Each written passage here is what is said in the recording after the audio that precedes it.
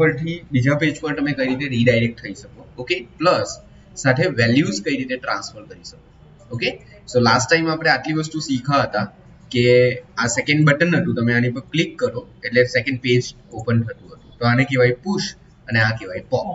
Okay, આખા ફ્લટરની અંદર redirection કરવા માટે આ એક જ કોડ અવેલેબલ છે.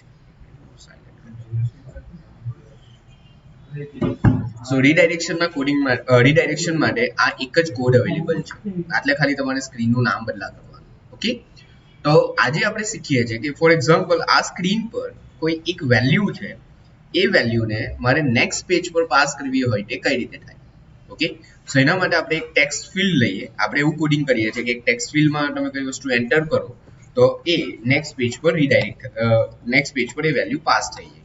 ઓકે, તો એક બટન લઈએ, ઓબ્વિયસલી એક ટેક્સ્ટ ફિલ્ડ લેવી પડશે અમે, અને એમાં એક કંટ્રોલર બનાવી દઈએ. Okay, so text editing controller underscore name equals to text editing controller. Okay, underscore તમે વેરિયેબલની આગળ મૂકો એનો મતલબ એવો કહેવાય કે પ્રાઇવેટ વેરિયેબલ બની જાય. ઓકે, એને કહેવાય પ્રાઇવેટ. બે ટાઈપના વેરિયેબલ આવે, પ્રાઇવેટ અને પબ્લિક. પ્રાઇવેટ વેરિયેબલનો મતલબ શું થાય કે એ પર્ટિક્યુલર જે ક્લાસમાં તમે બનાવેલો હોય ત્યાં જ યુઝ થાય. હવે આ નેમ વાળો વેરિયેબલ મારે આટલે યુઝ કરવો હતો તો નહીં થશે. ઓકે, એને પ્રાઇવેટ વેરિયેબલ કહેવાય. જો તમે આગળ અંડરસ્કોર લખો તો, અને વિધાઉટ અંડરસ્કોર લખો તો એનો મતલબ કે એ પબ્લિક થઈ. પબ્લિક મતલબ એ ગમે ત્યાં એક્સેસ કરી શકો તમે. ઓકે, અને કોઈ પણ ક્લાસનો વેરિયેબલ એક્સેસ કરવું હોય તો એના ક્લાસના નામથી થાય. ઓકે, આ એક નાની વસ્તુ હતી જે એકચ્યુઅલી જ્યારે તમે પ્રોગ્રામિંગ કરો ત્યારે થોડું ધ્યાન રાખવાનું હોય કે પ્રાઇવેટ વેરિયેબલ શું છે, પબ્લિક વેરિયેબલ શું છે. ઓકે, ચાલો તો હવે શું કરીએ આપણે કે એક ટેક્સ્ટ ફિલ્ડની અંદર આટલે આપણે કંટ્રોલર અસાઇન કરી દીધું, નેમ નામનું કંટ્રોલર. ઓકે, આપણે શીખ્યા હતા બટન ક્લિક પર વેલ્યુ કઈ રીતે એક્સેસ થાય. લાઈક nm ની અંદર આપણે નેમ વાળી વેલ્યુ name.text.toString આ વેલ્યુ એક્સેસ કરી લીધી. ઓકે, સો બટન ક્લિક પર ટેક્સ્ટ બોક્સમાં જે વેલ્યુ એન્ટર કરેલી હશે, એટલે જે પણ નાખેલું હશે એ તમને મળી જશે બટન ક્લિક પર. ઓકે, ચાલો ખાલી આપણે એટલું જોઈએ કે વેલ્યુ મળે છે કે નહીં. સો પ્રિન્ટ નેમ પ્લસ nm, એક ટેક્સ્ટ ફિલ્ડની વેલ્યુ આ રીતે એક્સેસ થાય અને પ્રિન્ટ થાય. ઓકે, તો પહેલા બટન પર ક્લિક કર્યું એટલે તમને એ વેલ્યુ મળી ગઈ છે. કોન્સોલ જેવું, પેલામાં જાવાસ્ક્રિપ્ટમાં જેવું કોન્સોલ આવે આમાં રન આવે કે જેની અંદર તમે પ્રિન્ટ કરાવી શકો. ઓકે, ચાલો સો આ રીતે આપણે રીડાયરેક્ટ થતા હતા. ઓકે, જોજો હવે આટલે એક કન્સેપ્ટ નવો આવે છે સી પ્લસ પ્લસ નો કન્સેપ્ટનું નામ છે કન્સ્ટ્રક્ટર. ઓકે, કન્સ્ટ્રક્ટર શું છે? ફોર એક્ઝામ્પલ આટલે તમે એવું લખેલું છે કે navigator dot of context dot push material page route અને સેકન્ડ રૂટ, એટલે કંટ્રોલ કરીને તમે કોઈ પણ ક્લાસ પર જઈ શકો. આ કંટ્રોલ દબાવવાનું અને ક્લિક કરવાનું. જો જ્યારે આ પર્ટિક્યુલર લાઈન મેં લખીને ત્યારે જો એ કોલ થશે તો એ એકચ્યુઅલી આની પર જાય છે, આ ક્લાસ પર, નહીં કે આ ક્લાસ પર. બરાબર, આપણે આ ક્લાસનું નામ ઓલવેઝ લખીએ છીએ. તો કન્સ્ટ્રક્ટરનો મતલબ શું થયો? કન્સ્ટ્રક્ટર પહેલું તો કન્સ્ટ્રક્ટર અને ક્લાસનું નામ સેમ જ હોય અને કન્સ્ટ્રક્ટર કહેવાય. Okay, constructor. અને કન્સ્ટ્રક્ટર ક્યારે કોલ થાય કે જ્યારે તમે ક્લાસ કોલ કરો તો.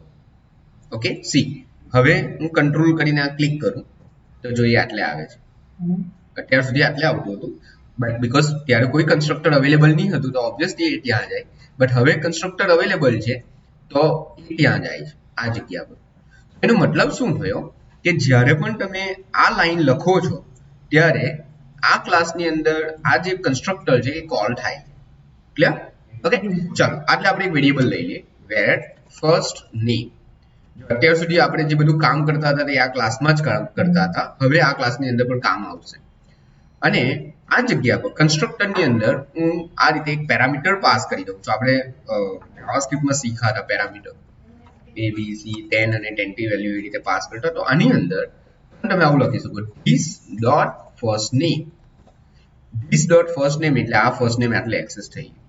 ઓકે, એનો મતલબ શું થયો? જ્યારે પણ તમે આ કર્લી બ્રેસીસ ની અંદર કોઈ પેરામીટર લખો તો એ પેરામીટર સીધું આટલે એક્સેસ થઈ જાય. For example C first name ની અંદર આ nm વાળી વેલ્યુ પાસ કરવાની છે. જો વેલ્યુ પાસ થઈ ગઈ, તમે ટેક્સ્ટ ફિલ્ડમાંથી વેલ્યુ એક્સેસ કરી એ વેલ્યુ સેકન્ડ સ્ક્રીનના ફર્સ્ટ નેમ વાળા વેરિયેબલમાં સ્ટોર કરાવી દીધી. સો વેલ્યુ તમારી આ પેજ પર તો આવી ગઈ. ખ્યાલ આવ્યો? આ રીતે તમે એક પેજ પરથી બીજા પેજ પર વેલ્યુ ટ્રાન્સફર કરી શકો. ધારો કે તમારી પાસે કોઈ બીજી વેલ્યુ છે like second equals to XYZ અને આ સેકન્ડ વાળી વેલ્યુ પાસ કરવાની તો ઓબ્વિયસલી આટલે તમારે બીજું વેરિયેબલ બનાવવો પડે.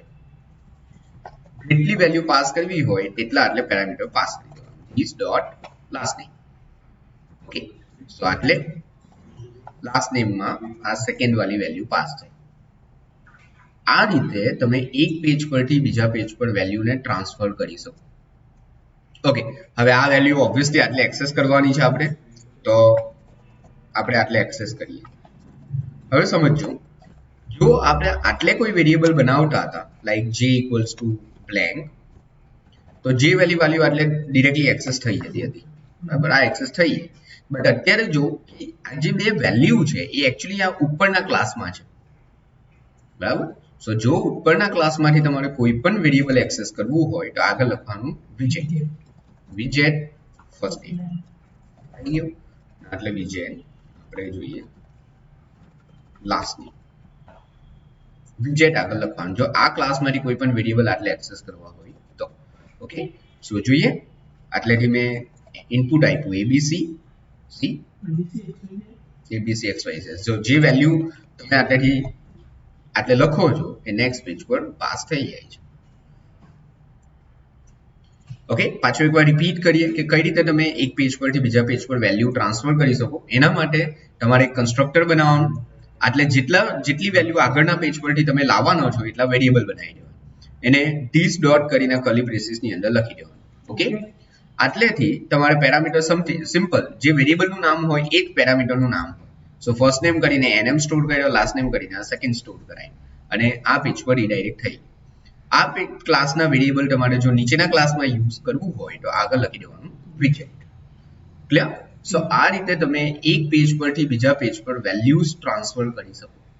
આ મોસ્ટ ઇમ્પોર્ટન્ટ વસ્તુ છે બીકોઝ ઘણી એપ્લિકેશન્સની અંદર ઇવન જો વોટ્સએપની અંદર વોટ્સએપમાં આ વસ્તુ ક્યાં યુઝ થયેલી છે. ધારો કે આ હું કેરોન ટીમ છે, બરાબર, જો આની પર ક્લિક કરું તો બીજું પેજ ઓપન થયું, બટ જો આ કેરોન ટીમ ને આ લોગો પાસ થયો આટલેથી બીજા પેજ પર આવ્યું ને, આ નામ આ પેજ પર હતું, આ બંને અલગ અલગ પેજ છે. આ પેજ પરથી આ પેજ પર નામ ટ્રાન્સફર થયું. સી, ધારો કે આ છે કેરોન ટીમ. ઓકે, આ જે ટેક્સ્ટ છે મેં જેવું આની પર ક્લિક કર્યું એટલે નેક્સ્ટ પેજ પર એ કેરોન ટીમ વાળો જે ટેક્સ્ટ છે તે પાસ થઈ ગયો. એટલે મોસ્ટલી બધી જ એપ્લિકેશન્સની અંદર આ વસ્તુ આવે. ઓકે, એક પેજ પરથી બીજા પેજ પર વેલ્યુને ટ્રાન્સફર કરવાનું. ચાલો,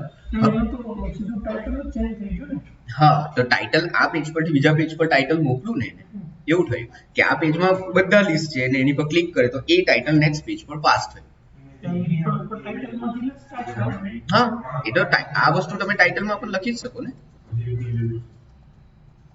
આ વસ્તુ તો આટલે પણ લખાય લાઈક વિજેટ ડોટ ફર્સ્ટ નેમ.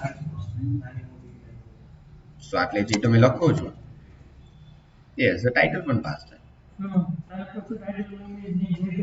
જે કયો એ મુકાય કેમ કે આ તો વિજેટ જ છે ને. સી આટલે ટેક્સ્ટ જાય છે તો એનો મતલબ કે આટલે કોલમ પણ જતું હશે.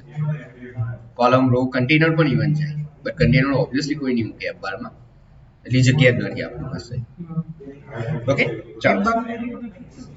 હા, હજુ એફબારમાં આપણે એડવાન્સ કન્સેપ્ટ બધા કરશું કે એફબારમાં આટલે આઇકન્સ ને એવું બધું કઈ રીતે મુકાય એ આવશે ધીરે ધીરે.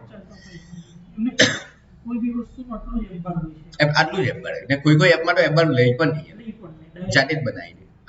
આખું બ્લેન્ક પેજ હોય, ફૂલ પેજ હોય. ઓકે, ચાલો. સો હવે અત્યારે તમારે શું કરવાનું છે